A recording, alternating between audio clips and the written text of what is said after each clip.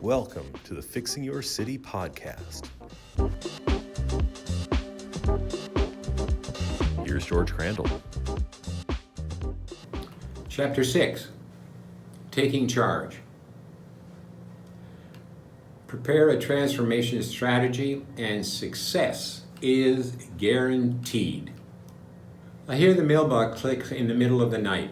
Going downstairs, I see a plain envelope on the floor. Opening it, I find a check for $100, made out to me, signed by the president of a neighborhood association.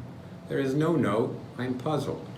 Our firm has been paid by the city, and the neighborhood association owed us nothing. The next day, I call the association president to ask about the check. He says, "Because we were so grateful that the city council adopted your recommendations, we thought the least we could do was to give you a token gift to express our appreciation. You saved our neighborhood." The neighborhood had been threatened by a previous plan that would have allowed heavy traffic through traffic from adjacent suburban development. Had the plan been implemented, traffic volumes on many of their sleepy neighborhood streets would have grown to well over 5,000 cars per day. The noise and safety issues associated with those traffic volumes would have seriously degraded the neighborhood. Using the transformation strategy planning process, our firm developed an alternative transportation network that accommodated the regional traffic while preventing through traffic on neighborhood streets. The City Council adopted the strategy recommendations unanimously. Such situations are not atypical of what our firm finds in many cities. In most cases, it isn't that the city has a plan. They have, but their plans are seriously flawed, like the proposed transportation plan in this story. The concept was what we call a silver bullet, a well-intentioned plan that on the surface appears attractive, but would actually harm the city. Or more commonly, we find a plan that is so general that most anything is permitted, resulting in the city's degradation over time. We tell that cities that success is guaranteed if they prepare a transformation strategy. Problems are solved, new investment created, and the quality of life improved. Success is largely due to 1. A systematic planning process. 2.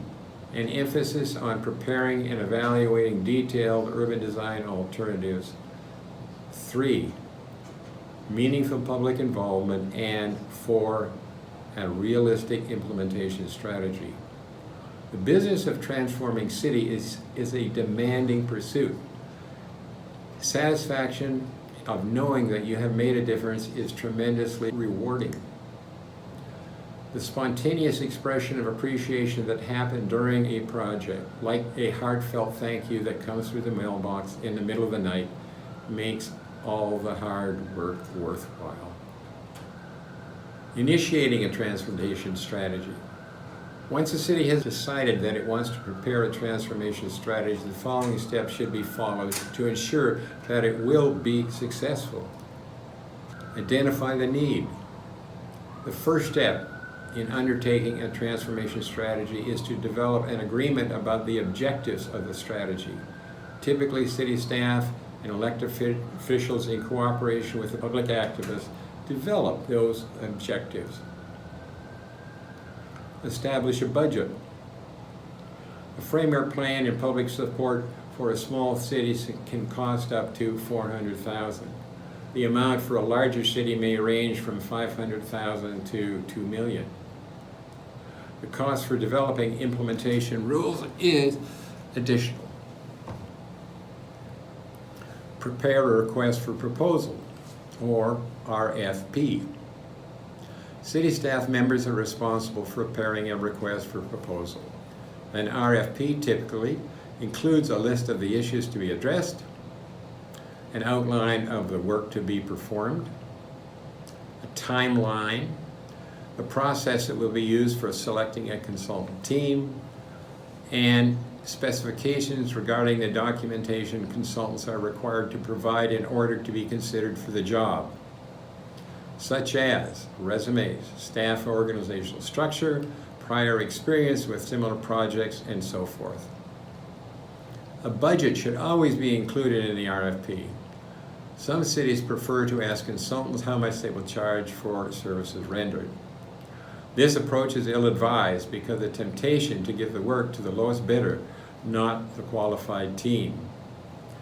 Knowing that the lowest fee will probably determine who gets the job, skilled professionals may ignore the project altogether. Obtain approvals.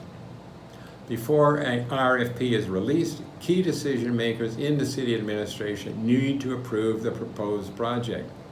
Decision makers usually want to see a statement of need, the proposed budget, and a copy of the RFP. Release the RFP.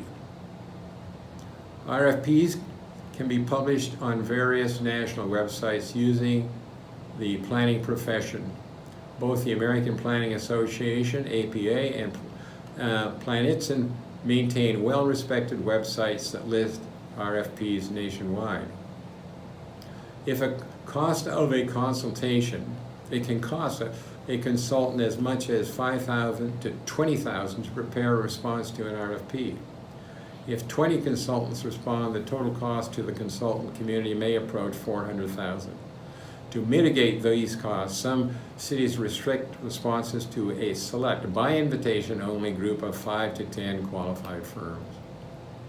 Select the best consultant. A small group, ideally consisting of a mix of city staff, business leaders, and public activists, should be assembled to review the responses to the RFP. They will select 3 to 5 top consultants, conduct interviews, and evaluate the teams. Generally, 90 minutes or less is sufficient time for the interview, with approximately 30 minutes of that time allocated to the consultant's presentation and the remainder to questions and answers. Evaluation criteria for selecting a professional planning firm to prepare a transformation strategy should include 1. Strong design capability. 2. The number of transformation strategies or similar work completed to date, along with 3. Examples and analysis of relative success of the firm's plans, and 4. Previous, if any, work with retail transformation strategies. This is a critical factor because generating retail activity is often the primary and most challenging part of a transformation effort. Without considerable experience in the retail sector, a consultant team will be seriously handicapped. Scoring criteria should be provided to the potential candidate prior to interviews.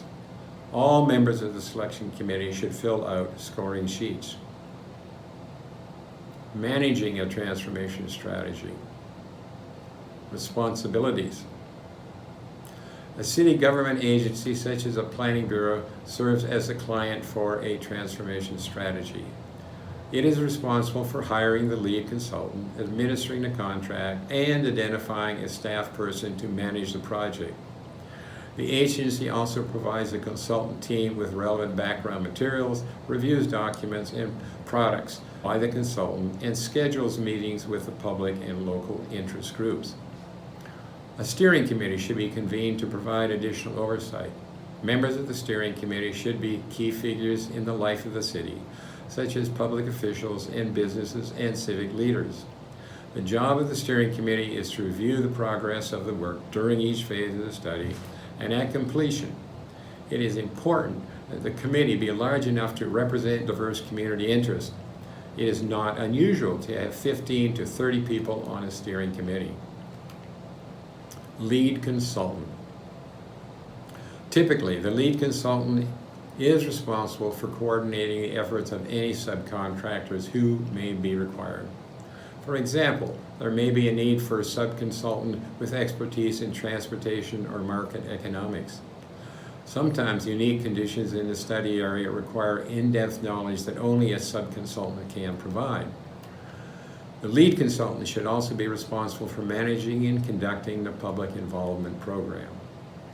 This approach is preferable to hiring a public relations or public engagement subcontractor for the public should have direct contact with the lead consultants, hear their ideas and rationales for the alternatives they are proposing. Hearing proposals from a public involvement facilitator disconnects the city residents from the experts whose job it is to create appropriate solutions for transforming their city. Subconsultants. Subconsultants work for and are managed by the lead consultant. The role of a transportation subconsultant, for example, is to identify circulation issues and to propose solutions. A successful transformation strategy requires a transportation consultant who understands that the highest priorities are pedestrians, transit, and bicycles rather than automobiles. The subconsultant must be willing to push back against city and state highway engineers who may hold strong biases towards automobile-based solutions. Unfortunately, transportation consultants with these strengths and values are not easy to find. In a typical planning study, the task of the market subconsultant is to make economic projections about future market demand for new development by looking at established growth trends. In the preparation of a transformation strategy, the market subconsultant performs two additional tasks. First, the subconsultant evaluates the development potential for each land use and transportation alternative. The subconsultant also estimates the public revenues that can be expected for each of the proposed solutions. Public support. A transformation strategy will not be implemented unless it has widespread public support. Public support is achieved through public and stakeholder meetings that are held throughout the planning process. Ideally, one large public meeting lasts between 2 and 3 hours will be held during each of 4 or 5 phases. Additionally, numerous stakeholder and interest group meetings of not more than an hour in length should be convened during each phase to solicit the thinking of those individuals and to keep them informed as a strategy is developed. It is not unusual to have between 10 and 20 stakeholder meetings during each phase. To facilitate public understanding of the issues, consultants should present proposed solutions in a clear, simple, three-dimensional format, as it can be difficult for non-professionals to interpret plan diagrams. At all times, the proposed land use and transportation alternatives should be explained with references to the specific problems identified at the onset of the study. Throughout the duration of the project, it is valuable to brief key decision makers and public officials so that they are familiar with the work and to obtain their comments and suggestions. Key city officials who are fully informed and assured that their ideas and concerns are addressed are far more likely to be advocates of a complete transformation strategy. Cities that have been most successful in developing and implementing plans are those that are actively engaged, the general public, and civic organizations in the process. Though the lone voice can be helpful, decision makers generally pay more attention to people who represent respective local organizations with active and committed memberships. Civic organizations that have been effective in promoting change in cities where I have worked include retail associations, neighborhood associations, cultural and tourism associations, the League of Women Voters, climate action coalitions, advocates for affordable and homeless housing, economic development task forces, the Chamber of Commerce. Individuals and representatives from civic organizations can participate in the planning process by attending public meetings and advocating for needed change, reviewing draft planning documents and suggesting improvements, serving on planning commissions, serving as elected officials. These organizations can promote progressive planning activities by advocating for a transformation strategy, working to elect progressive leadership, discouraging piecemeal planning, promoting and hiring of qualified city planning staff, opposing silver bullet projects. Implementing the transformation strategy. First, adopt the strategy. The first step in an implementation of a transformation strategy is formal adoption by the city administration. Without that, the strategy will have no legal status, potential investors, and the community will not take the study's recommendations seriously. Implementing the strategy. The first 5 years following the adoption of a transformation strategy are the most critical. While the implementation of recommended projects and programs may continue for up to 10 years, if significant action isn't taken and progress made within the first 5, the strategy will become a shelf plan.